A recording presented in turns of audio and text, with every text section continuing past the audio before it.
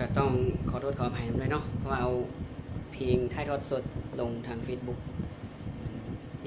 น็ตบ่ค่อยดีเนาะเน็ตช้ากสิมาอัดเป็นคลิปวิดีโอให้ฟังเอาเนาะเป็นลำบุญอ้ายได้ฮักเจ้าเนาะลำเพลิน ไปฟังเบิ่งเนาะ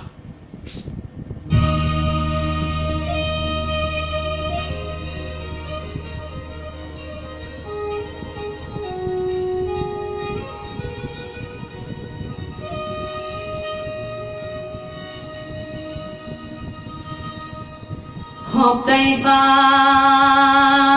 ขอบใจสวรรค์ยิ่งทุกสิ่งที่ประทานมาเสนอที่ชักนำและชี้ทางให้มาเจอได้รักเธอได้มีเธอเป็นผู้ใจและจำไม่ดีใจล้นนับเป็นบุญกุศลพลายดึงจองผลกรรมดีสนองเฮ็ดให้มาพอน้องได้เฮียงสอนอยู่ความฝันและนับตั้งแต่มือนั้นอายลืมทุกอายลืมเงารวมสองใจของเฮาเป็นหนึ่งเดียวทุกวันมื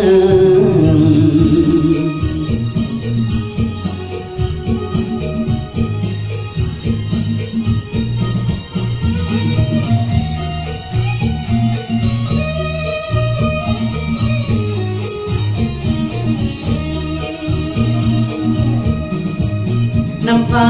เป็นบุญที่ได้มาพบเจอได้รักกับเธอมีเธอคอยเป็นแรงใจเป็นเพื่อนคู่คิดเป็นมิตรอยู่เคียงข้างกายคอยเตือนคอยย้ำให้ฉันมีหวังต่อไปประเชิญปัญหามากมายทำให้ผ่านพ้นด้วยดีซึ่งในตัวเธอมีเธอสุขใจเกินพอเธอเป็นเหมือนหมอเยียวยาคอยชุบชีวีห่วงใยดูแลเทคแค่ไม่เคยนายนี้ซึ่งใจเธอนะขอรักเพียงเธอคนนี้ขอบคุณเหลือเกินคนดีที่มีใจมารักฉัน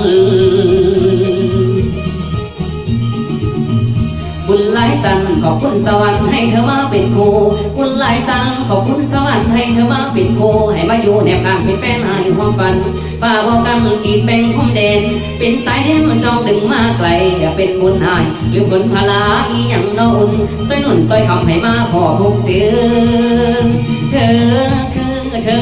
อคือยอดยิงน้ำใจดีจริงเป็นหญิงที่มีคุณค่าเป็นดังดวงใจของอายทุกวันเวลารวมทางชีวิตสั่งสมกับอายเลยมาสุขทุกข์เธอร่วมฟันฝ่าสู้ทนไม่จากไปไหน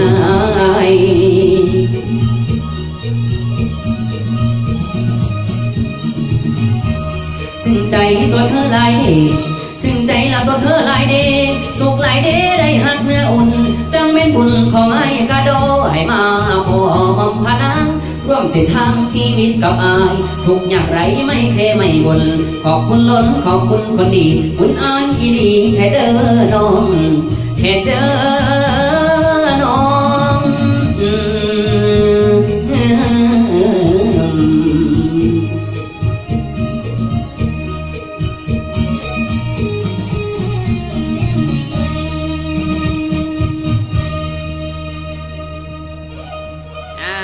จบลงไปเนาะสำหรับ